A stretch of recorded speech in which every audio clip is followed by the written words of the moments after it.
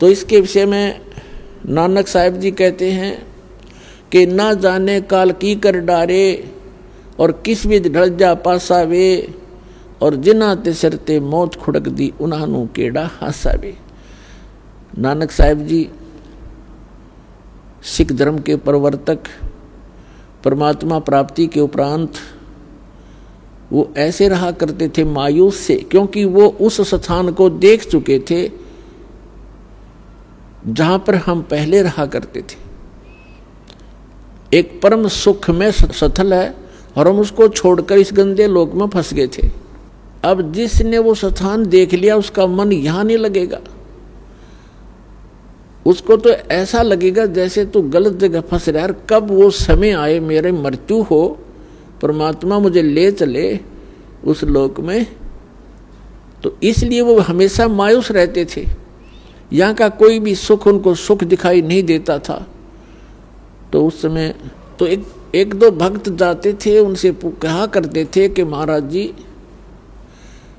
आप हमें कभी खुश नजर नहीं आते, आप मायूस मायूस से रहते हैं, इसका कारण बताइए। तो नानक साहब जी ने कहा था भाई ना जाने काल की कर डारे और किस विध ढल जा पासावे और जिन्हाते सिरते मौत खुड़क दी उन्हां केड़ा हासावे। कि हमें पता है, ये मालूम है कि कभी भी बिजली गिर जाएगी, ना जाने किन कारणों से हार्ट अटैक हो जा, कोई और रोग के कारण मृत्यु हो जा, दुर्घटना में हो जाए।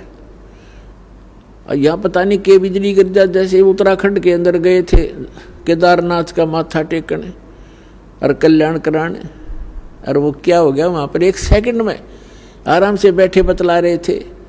कोई कुछ कर रहा था, कोई सोच रहा था, कोई विवाह की बातें कर रहा था, कोई भविष्य की प्लानिंग बना रहा था, ये बनाऊंगा वह कोठी बनाऊंगा। अरे 1 मिनट में बादल फट गया, इतना भयंकर फ्लड आएगी कि सब कुछ बहा दिया, उनकी नामो निशान नहीं। काफ़ी लोगों का तो 100 भी नहीं मिले, मलबे के अंदर दब गए।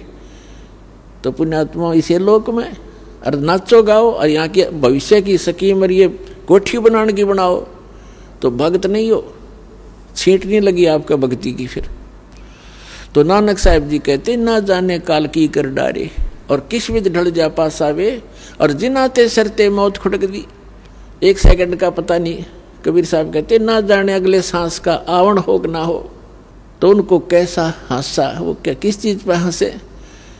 फिर उन्होंने पूछा क्या आप सदा ऐसे मायूस रहते हैं, क्या आप सदा ऐसे ही रहते हैं? कहते नहीं, साध मिले सड़ साधी होंदी और विछड़ जाए दिलगीरी वे, अखदे नानक सुनो जिहाना ये मुश्किल हाल फकीरी वे। कि जिसमें मेरे भक्त मेरे शिष्य जब वापस आते हैं सत्संग श्रवण करने के लिए और ये यूं के यूं आ जाते हैं, तो मुझे खुशी होती है। क्योंकि पहले स्टार्ट में बहुत ही कम श्रद्धालु उनकी शरण में आए थे, क्योंकि वो ज्ञान, पहले वो हिंदू धर्म में जन्मे थे नानक साहब जी, और फिर उसके बाद ये हमारा मार्ग तो एकदम विपरीत है। उस समय लोग शिक्षित थे नहीं, तो उनकी मार्ग को स्वीकार करने वाले उस समय बहुत कम थे। जिस भी कारण 150, 200 जितने भी भक्त आते थे सत्संग सुनने के लिए, तो गिनती के होते थे, और 2-4 नहीं आते किसी दिन। तो गुरुदेव पूछा करते थे फलाना नहीं आया भाई, क्या बात होगी। जब ये पता लगता था उनको कि वो कोई किसी काम बस नहीं आया तो कोई बात नहीं। और 1-2 ऐसे भी होते थे जो दूसरे सिरफिरे संत, उनके शिष्य उनको गुमराह कर लेते थे, बहका देते थे। तो वो नानक साहब जी कहते हैं कि जब ये सभी भक्त मेरे वापस आते हैं, क्योंकि संसार के अंदर भक्ति करना बड़ा दुर्भर हो गया है। कारण क्या है कि सत्य ज्ञान देने वाला एक और भ्रमित करने वाले करोड़ों की संख्या में। तो वो कहा करते थे कि साध मिले सड़ साधी होंदी और विछड़ जाए दिलगीरी वे। जब ये यहाँ से जाते हैं तब मुझे मायूसी हो जाती है कि कहीं कोई मेरी फसल में कीड़ा ना लग जा। इन भोली आत्माओं को मुश्किल से सिरे चढ़ाया है ये ज्ञान मार्ग दे करके, और ये सिर फिरे पता नहीं कितने नकली पंथ फिरे हैं, और इन भोली आत्माओं को गुमराह ना कर दें। जब ये यूं के यूं आ जाते हैं तब उस दिन मेरी खुशी का कोई ठिकाना नहीं रहता कि इनका कल्याण हो जाएगा। ये भ्रमित नहीं हुए हैं। साध मिले सड़ शादी होंदी, शादी माने खुशी, और विछड़ जाए दिलगिरी वे। जब ये बिछुड़ जाते हैं तो मेरे दिल में बड़ा दुख होता है।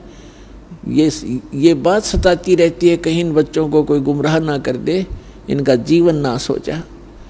अख दे नानक सुनो जिहाना, ये मुश्किल हाल फकीरी वे। इस भक्ति का करना बड़ा कठिन है, क्योंकि अन्य साधनाएं तो परंपरागत है, उसमें तो कोई ये कहने वाला ही नहीं है कि आप ये ना करो, ये गलत है। जो कर रहा है वो ठीक है, हाँ बस बिल्कुल बहुत अच्छा, मैं ये करता हूँ, आप क्या करते हो, मैं ये करता हूँ, बस ठीक है, आप भी करो हम भी कर रहे हैं। और इसमें यहाँ कहना पड़ता है कि नहीं ये नहीं करना, ये नहीं करना, ये करना। तो इस प्रकार ये थोड़ा सा कठिन मुश्किल हाल फकीरी वे